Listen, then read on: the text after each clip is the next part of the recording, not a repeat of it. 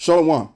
First and foremost, I want to give all of the praises of the glory to the Most High and His Son, Yahweh, Ba'ashem, Yahushai, Ba'ashem, Rakah HaKwadash, and double honors to the head apostles of the great millstone, and as well as the elders too that taught us what we know in this truth, Yahweh, Ba'ashem, Yahushai, Brakatham, to the 144, and as well as the 1/3. And it's your brother Laban coming at you with another video once again, and it's to do with this news over here, which says that London is turning cashless faster than the rest of the UK figures show. So it goes as far as to read, Londoners are moving away from cash faster than the rest of the country. According to new data, figures from Link, the firm behind the majority of UK's cash machine network, shows the capital's residents and workers are taking out 500 million less every month from machines compared to the pre-pandemic levels.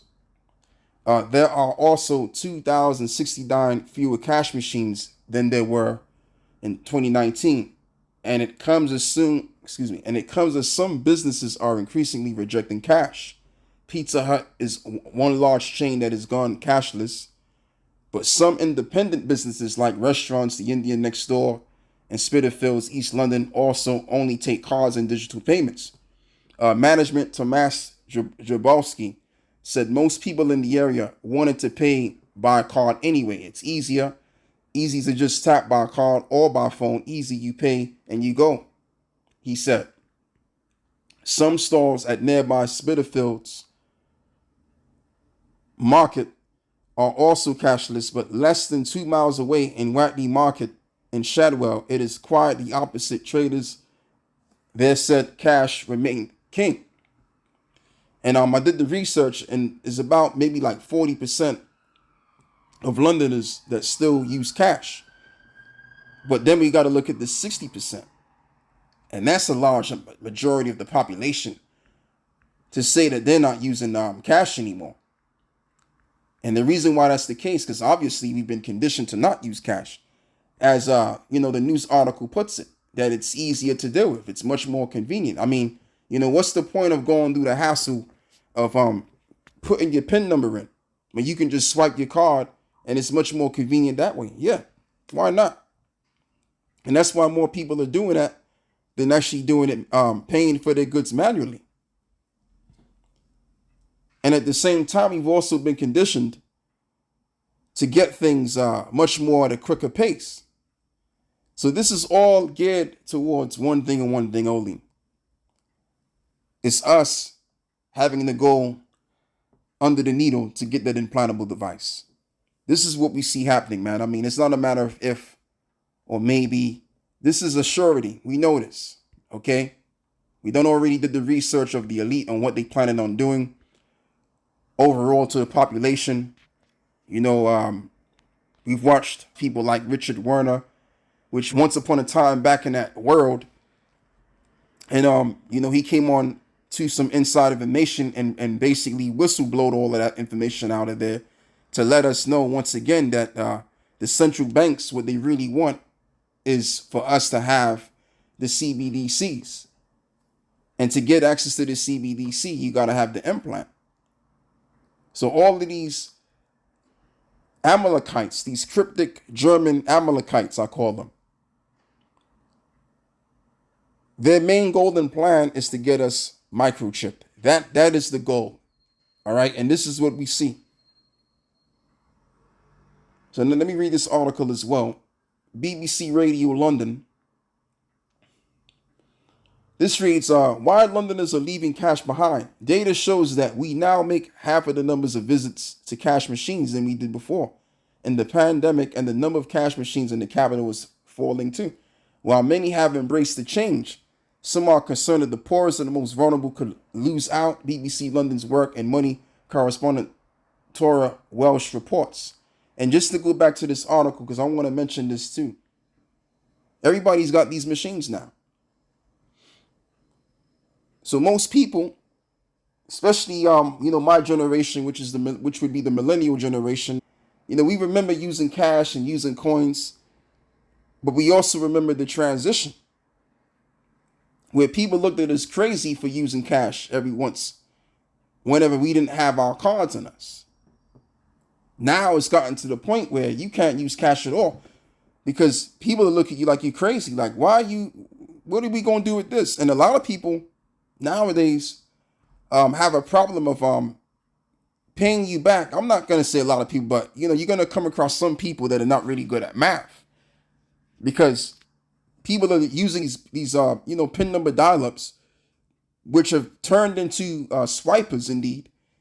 And that's how people are getting their stuff.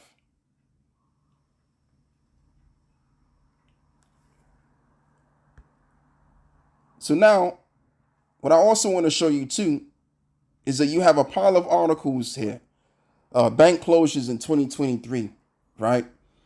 And these are all the recent articles. We're not talking about months ago or 3 months ago within this year. We're talking about within days to weeks. Articles are just coming through about bank closures, which is all done by design any doggone way. Yeah, let's get a scripture and we will read. Yeah, so this is the book of Psalms 13 and verse 3. Consider and hear me, O Yahweh, my power. Lighten mine eyes, lest I sleep the sleep of death. Now let's get another precept and let's read Isaiah 29 and verse 18.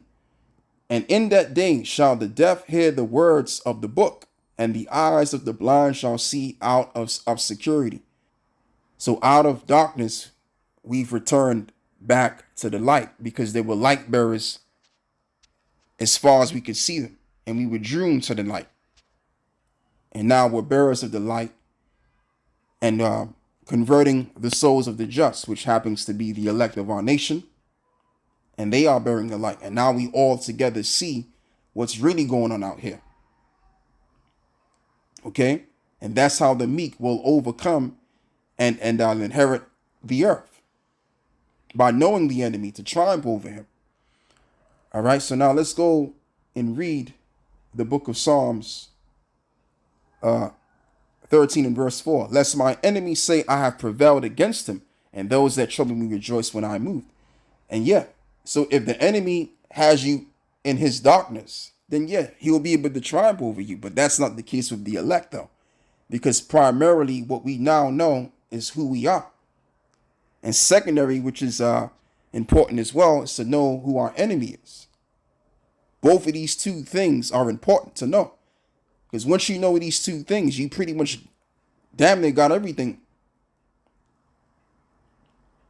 that you need. And then also you have to include the history, you have to include the prophecies. And these are the things that we also need as well. Okay? So we got all of the box ticked on what we need to overcome the wicked one. Ecclesiastes 8 and as well as verse verse 5. Let's begin by reading this. Whoso keepeth the commandments shall feel no evil thing, and a wise man's heart discerneth of both time and judgment. Because to every purpose there is a time and judgment, and therefore the misery of man is great upon him.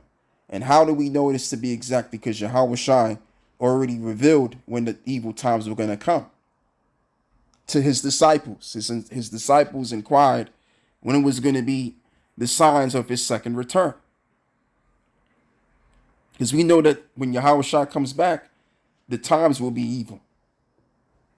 We know this very well. So there's going to be signs and wonders that we're going to bear witness to, which is going to indicate that the times of evil is upon us. And the time of his return is upon us simultaneously.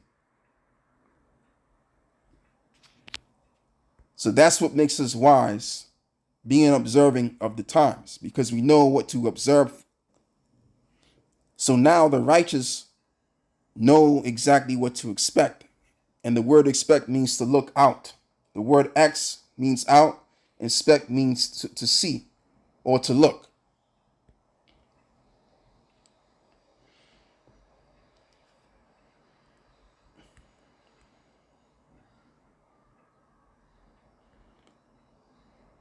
Yeah, so that's pretty much all I have to say right there. I'm going to give all of the praises and the glory to the Most High and His Son, Yahweh, Ba'ashem, Yahweh Shai Ba'Hashem Rakah Hakwadash. With that, I'm out. Shalom.